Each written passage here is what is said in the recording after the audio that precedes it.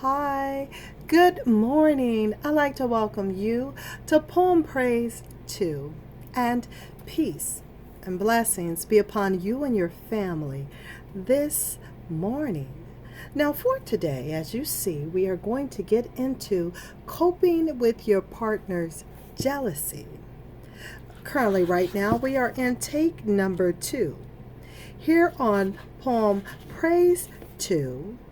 Now, I know you possibly might have missed take 1, and if you have, you can certainly go to my playlist and find various books that you may listen to from start to finish. And if you like, hit the like button. You can share. Certainly, I would say hit the bell, but I haven't went live yet. Working on that for you, definitely. So, without further ado, I'm not going to hold you too long. Let's get into take 2 right here on Poem Praise 2 coming at you.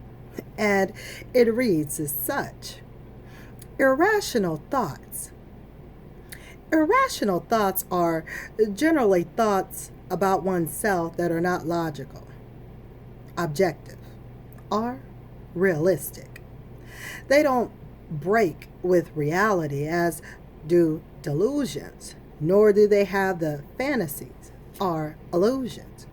Irrational thoughts are perceptions of the self that are internalized, and as a result of early interactions with parents, caregivers, and others, to some extent, are absorbed from the culture. Everyone has some level of irrational or faulty assumptions about what one should be and do, but these can change from mild to severe. These irrational thoughts influence thinking, feeling, and actions.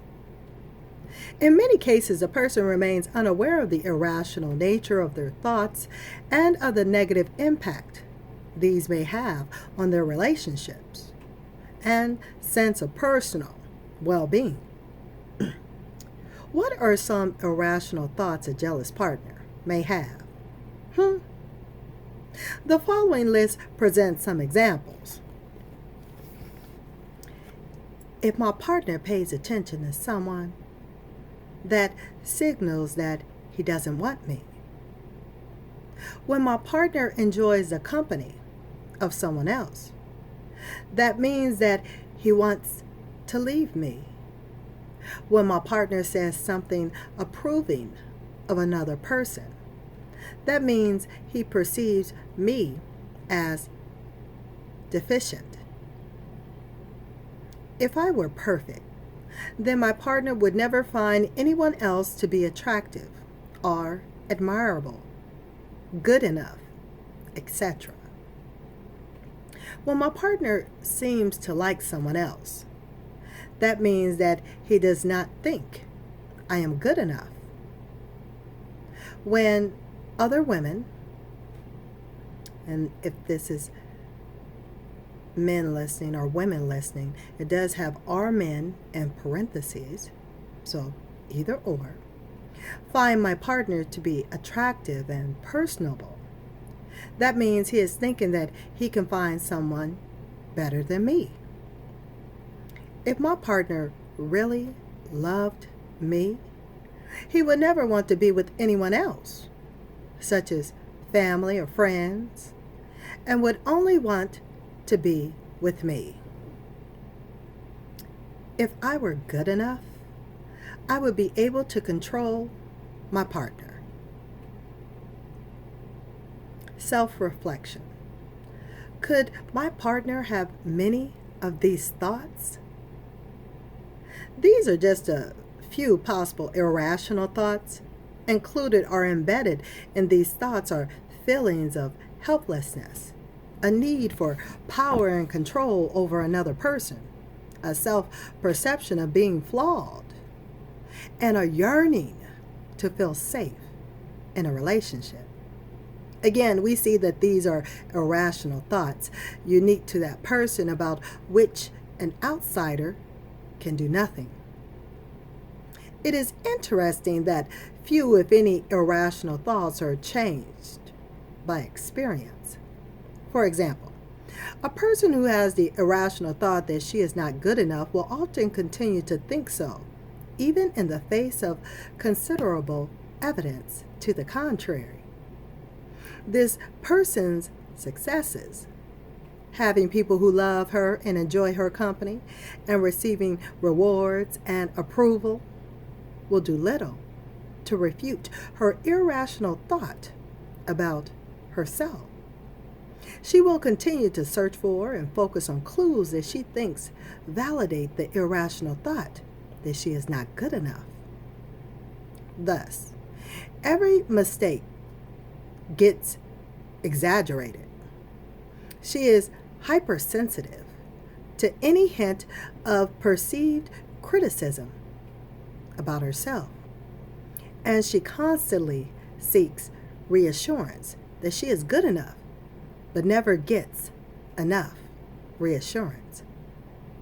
She is also demanding and critical of others, and she blames others for not being perfect. Imperfect thoughts. For we just went over the irrational thoughts. Now the imperfect thoughts. You can expect that your thoughts may be imperfect, since almost everyone's experience this. Impaired sensory input, selective perception, lack of valid information, and perceiving new experiences in terms of old ones can contribute to imperfect and inaccurate thoughts. Whenever your visual, auditory, or other sensory input is impaired, you may not be able to receive complete and accurate information. You may receive distorted input, and you may ignore or overlook important information. Your brain works with what it gets, and if that input is incomplete or inaccurate, then the outcome, your thoughts, is also inaccurate. People also use selective perception when they consciously or unconsciously attend to certain stimuli in the environment. They decide that some stimuli are important and other stimuli are not. The decision is made on the basis of what is important to that person and is not always logical or rational. Imperfect thoughts are also caused by lack of valid information, such as not knowing or understanding systems, processes, or specific information.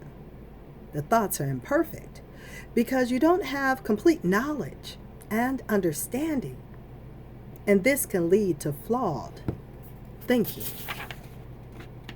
Perceiving, the new in terms of the old. A common thought pattern helps us to make sense of what is new and unknown. Whenever we encounter something or someone new, it appears that we immediately search for something that is familiar to help with our understanding. It does not matter what or who the new object or person is. Our need for understanding pushes us to seek something familiar as a reference point. This tendency is the basis of misunderstandings, misinterpretations, and other errors, especially in relationships. The following exercises gives, not exercises plural, exercise singular, gives you an example of how the old can influence perception of the new. Exercise 3, old and new. Materials: a sheet of paper, a pen or a pencil, and a ruler. Procedure: find a private place to complete the exercise where you are unlikely to be disturbed. Draw lines for 3 vertical columns on the paper, all going down. Think of a person in your life, such as a partner. Write the person's name at the top of the first column. Write a list of the person's behaviors, attitudes, beliefs, and other attributes in the first column under the person's name. These can be positive and or negative, and troubling. Write mother at the top of the second column. Review the list of the first person's characteristics, and in the second column, make a check mark for those characteristics that you also see as present in your mother. Write father at the top of the third column. Review the list of the first person's characteristics, and in the third column, make a check mark for those characteristics that you also see in your father. Review all columns and note which characteristics are shared by 2 or 3 people. If you desire, you can identify the characteristics that are also present in you. It is very unlikely that you will find no shared characteristics across the 3 columns. This exercise can illustrate how you unconsciously perceive your partner in terms of your parental relationships. People in the mental health field call this transference. And transference affects relationships without your awareness. Excuse me. Cheers to you. Some coffee. See the coffee mug right there? That's what this is. Just coffee, y'all. And for our next section, it's going to be take number 3. We're going to go into selective perception. Certainly how you perceive and how you see things regarding coping with your partner's jealousy. So this does complete take number 2. Here on poem Praise 2, I want for you to be well, to take care, to be safe. And I certainly want to thank you for tuning in. And it be it thy will. I'll talk with you soon here on poem Praise 2. So until next time, later y'all.